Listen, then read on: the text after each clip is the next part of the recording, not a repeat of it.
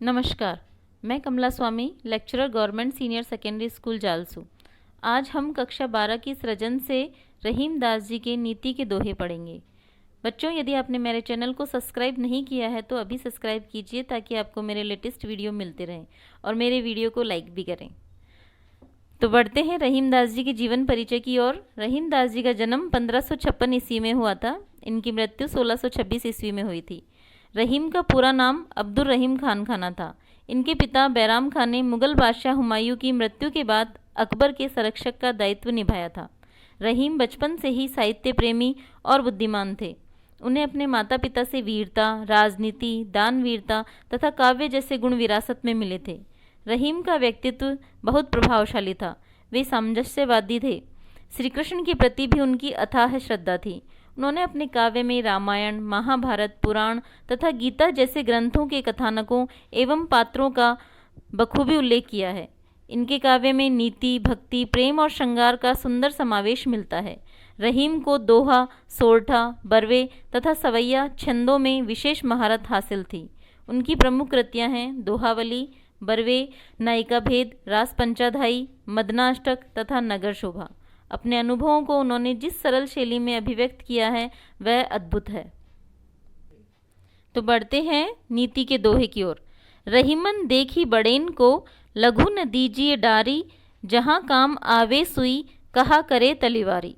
कवि रहीम दास जी कहते हैं कि यदि हमें कोई बड़ा लाभ दिखाई दे तो उसे पाने के लिए छोटे को नहीं छोड़ना चाहिए, अर्थात ज़्यादा पाने के लालच में कभी भी कम का त्याग नहीं करना चाहिए, क्योंकि जहाँ सुई काम आती है वहाँ तलवार कुछ भी नहीं कर सकती है। एके साधे सब सधे, सब साधे सब जाए, रहीमन मूले ही सींच बो, फूले फले अघाए। कवि रहीम दास जी कहते हैं कि जीवन में आगे बढ़ने के लिए सदैव एक पहलू पर, एक लक्ष्य पर ध्यान देना चाहिए जो उसका मूल आधार है। एक साथ कई पहलू पर ध्यान देने से उन्नति नहीं होती है। उन्होंने उदाहरण देकर समझाया है कि यदि पौधे की जड़ को सींचते हैं तो पूरे पौधे को जल मिलता है और इससे पौधा फलता फूलता है। इसी प्रकार हम एक काम को साधने से अवश्य ही हमें सफलता मिलती है। कदली सीप भुजंग मुख, स्वाति एक गुण तीन, जैसी संगति बैठिए तैसो ही फल दीन। कवि रहीम दास जी कहते हैं कि व्यक्ति जैसी संगति में बैठता है उसे वैसा ही फल मिलता है। जीवन पर संगति का गहरा प्रभाव होता है। जैसे स्वाति नक्षत्र में होने वाली वर्षा की बूंद कदली के संपर्क में आने पर कपूर, सीप में मोती और सर्प के मुख में गिरने पर विष बन जाती है। अतः जो जैसी संगति में बैठता है उसे वैसा ही फल प्राप्त होता है। काज परे कछु और है, काज सरे कछु और, रहीमन भंवरी के भये, नदी सिरावत मोर। कवि रहीम दास जी कहते हैं कि संसार में काम पड़ने और काम निकल जाने पर लोगों का व्यवहार बिल्कुल अलग अलग होता है। काम पड़ने पर व्यक्ति का बड़ा मान सम्मान होता है और काम निकल जाने पर उसकी उपेक्षा होती है। जैसे दूल्हे के मोर को विवाह के समय बड़ा ही मान दिया जाता है और विवाह संपन्न होते ही उसे नदी में बहा दिया जाता है। जो रहीम उत्तम प्रकृति, का करी सकत कुसंग, चंदन विष व्यापत नहीं, लपटे रहत भुजंग। कवि रहीम दास जी कहते हैं कि जो व्यक्ति उत्तम प्रकृति वाले होते हैं उन पर कुसंगति का कोई प्रभाव नहीं होता। जैसे चंदन की प्रकृति उत्तम होती है, वह अपने चारों ओर सुगंध फैलाता है। उस पर विषैले सर्प लिपटे रहते हैं, लेकिन उन विषैले सर्पों के विष का उस पर कोई प्रभाव नहीं पड़ता।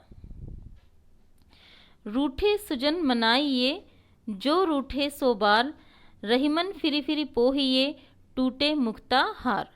कवि रहीम दास जी कहते हैं कि सज्जन व्यक्ति अगर किसी बात पर रूठ जाए तो उसे हमें 100 बार मना लेना चाहिए, क्योंकि उनकी मित्रता मूल्यवान होती है। जैसे मूल्यवान मोतियों का हार टूट जाने पर उसे पुनः पिरो लिया जाता है और एक सुंदर हार तैयार कर लिया जाता है, उसी प्रकार सज्जन व्यक्तियों को भी हमें बार बार मना लेना चाहिए, क्योंकि उनकी मित्रता कल्याणकारी होती है। तरुवर फल नहीं खात है, सरवर पिए ही न पान, कही रहीम पर काज हित, संपत्ति संचय ही सुजान। कवि रहीम दास जी कहते हैं कि जिस प्रकार वृक्ष कभी अपने फल स्वयं नहीं खाता, तालाब अपना पानी स्वयं नहीं पीता, उसी प्रकार सज्जन व्यक्ति भी दूसरों की भलाई के लिए ही अपनी संपत्ति का संचय करते हैं और वे उसे परोपकार में लगा देते हैं। थोथे पादर क्वार के, जो रहीम गहरात, धनी पुरुष निर्धन भये, करे पाछली बात। कवि रहीम दास जी कहते हैं कि वर्षा ऋतु के अंतिम मास के बादल जल रहित होते हैं। वे गरजते हैं परंतु वर्षा नहीं करते। उसी प्रकार धनी व्यक्ति जो अपनी संपत्ति को खोकर गरीब हो गया है, वह बार बार अपनी पिछली संपन्नता की ही बातें करता रहता है और बार बार उन्हीं बातों को याद करता है। अतः व्यक्ति को समय के अनुसार बात करनी चाहिए।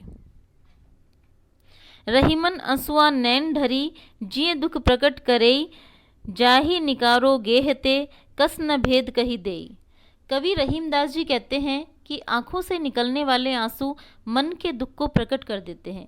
यदि हम अपना दुख किसी को न भी कहना चाहें तो भी वे आंसू हमारे घर के बेदी की तरह सारा दुख लोगों के सामने प्रकट कर देते हैं। इसलिए दूसरों के सामने कभी भी अपना दुख प्रकट नहीं करना चाहिए, अपितु उसे मन में ही रखना चाहिए और धैर्य से अपने दुख के दिन काट देने चाहिए। रहीमन निज मन की व्यथा, मन ही राखो गोय, सुनी अठिलेहें लोग सब, बांटे न लेहें कोय। कवि रहीमदास जी कहते हैं कि अपने मन की व्यथा दूसरों के सामने नहीं कहनी चाहिए, उसे अपने मन में ही रखना चाहिए, क्योंकि यदि आप दूसरों से कहेंगे तो वे आपका दुख नहीं बांटेंगे, अपितु आपका हंसी मजाक उड़ाएंगे और अपना दुख कभी भी दूसरों से न कहें। दीन सबन को लखत है, दीन ही लखे न कोय, जो रहीम दीन ही लखे, दीन बंधु सम होए। कवि रहीमदास जी कहते हैं कि दीन व्यक्ति सहायता के लिए सभी की ओर देखता है, लेकिन कोई भी उसकी सहायता नहीं करता। रहीमदास जी आगे कहते हैं कि जो व्यक्ति गरीब, कमजोर और असहाय की मदद करता है वही दीन बंधु ईश्वर होता है। अतः हमें सदैव असहाय की सहायता करनी चाहिए। दोनों रहीमन एक से, जोलो बोलत नाही, जान परत है काक पिक, ऋतु बसंत के माही। कवि रहीमदास जी कहते हैं कि कौवा और कोयल जब तक बोलते नहीं हैं तब तक दोनों एक जैसे ही प्रतीत होते हैं, उनमें भेद कर पाना बहुत ही कठिन होता है। लेकिन जैसे ही बसंत ऋतु आती है और कोयल कूकती है तथा कौवा काँव काँव करने लगता है, तब उनका भेद खुल जाता है। उसी प्रकार व्यक्ति के स्वभाव एवं प्रकृति के बारे में भी हमें समय आने पर ही पता चलता है। बड़े बड़ाई ना करे, बड़े न बोले बोल, रहीमन हीरा कब कहे, लाख टकों मेरो मोल। कवि रहीमदास जी कहते हैं कि व्यक्ति को कभी भी अपनी प्रशंसा स्वयं नहीं करनी चाहिए। जैसे हीरा कभी भी अपनी कीमत नहीं बताता है, बल्कि उसकी कीमत कितनी लाखों में होती है, वह अत्यंत मूल्यवान होता है। उसी प्रकार व्यक्ति को अपनी बड़ाई स्वयं न करके घमंड का प्रदर्शन नहीं करना चाहिए। व्यक्ति उसके गुणों से पहचान उसकी होती है, तभी वह गुणवान कहलाता है। बिगड़ी बात बने नहीं, लाख करो किन कोय, रहीमन फाटे दूध को, मथे नमाकन होए। कवि रहीमदास जी कहते हैं कि कोई भी बात एक बार बिगड़ जाने पर उसे लाख प्रयास करके भी सुधारा नहीं जा सकता। जैसे दूध फट जाने पर उसे कितना भी मथो, उससे मक्खन नहीं निकाला जा सकता। अतः व्यक्ति को सबके साथ प्रेम पूर्वक रहना चाहिए और अपने स्वाभिमान का भी ध्यान रखना चाहिए। विपत्ति भय धन ना रहे, रहे जो लाख करोड़, नभ तारे छिपी जात है, जो रहीम भय भोर। कवि रहीमदास जी कहते हैं कि जब मनुष्य पर विपत्ति आती है तब उसका धन, वैभव उसके कुछ काम नहीं आता। जैसे प्रातःकाल होते ही सारे तारे आकाश में छिप जाते हैं, वैसे ही मुसीबत में धन महत्वहीन हो जाता है। अतः व्यक्ति को धन के बजाय धैर्य से काम लेना चाहिए। मांगे घटत रहीम पद, कितो करे बड़ी काम, तीन पैग वसुधा करो, तौ बामने नाम। कवि रहीमदास जी कहते हैं कि व्यक्ति अगर जीवन में कितना भी बड़ा काम कर ले, लेकिन यदि उसने किसी के सामने हाथ फैला दिया अर्थात याचना की, तो उसकी प्रतिष्ठा कम हो जाती है। जैसे उन्होंने उदाहरण दिया है कि भगवान विष्णु ने राजा बलि का अहंकार मिटाने के लिए उनसे 3 पैर भूमि मांगी और संपूर्ण लोकों पर अधिकार कर लिया था, किंतु मांगने के कारण संसार में उन्हें वामन अवतार के रूप में ही जाना जाता है। अतः किसी के सामने भी हाथ न फैलाएं। मान सहित विष खाए के, शंभु भये जगदीश, बिना मान अमृत पिए, राहु कटायो शीस। कवि रहीमदास जी कहते हैं कि समुद्र मंथन के समय समुद्र से निकलने वाले विष को भगवान शिव ने सम्मान के साथ ग्रहण किया और जगदीश अर्थात इस संसार के कल्याणकारी ईश्वर कहलाए।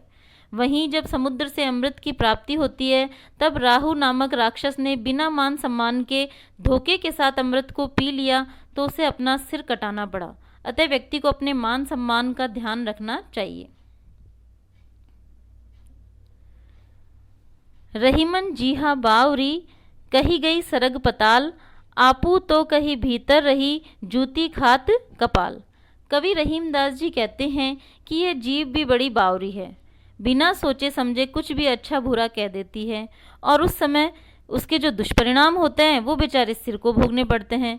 जब मुसीबत आती है तो ये स्वर्ग और पाताल की बातें करने वाली जीभ तो मुख के अंदर बैठ जाती है और जूते बेचारे सिर को खाने पड़ते हैं। अतः हमें सदैव सोच समझ कर ही मुख से कोई बात निकालनी चाहिए। अमृत ऐसे वचन में रहीमन रीस की घास, जैसे मिस्रहू में मिली नीरस बांस की फांस। कवि रहीमदास जी कहते हैं कि कोमल और अमृत के समान वाणी में क्रोध भरा जो भाव होता है वह उसी प्रकार लगता है जैसे मिश्री खाते समय अगर सावधानी न रखी जाए तो उसमें पतली सी अगर बांस की फांस भी आ जाती है तो वह मुंह में चुभ जाती है। अतः हमें सदैव ध्यान रखना चाहिए, सावधान रहना चाहिए और सदैव मीठे और अमृत वचनों का ही पालन करना चाहिए, उसमें क्रोध नहीं लाना चाहिए। तो बच्चों, यह अध्याय हमारा यहीं समाप्त होता है। यदि आपको कोई समस्या आए, परेशानी आए तो इस वीडियो को पूरा देखकर चला लें।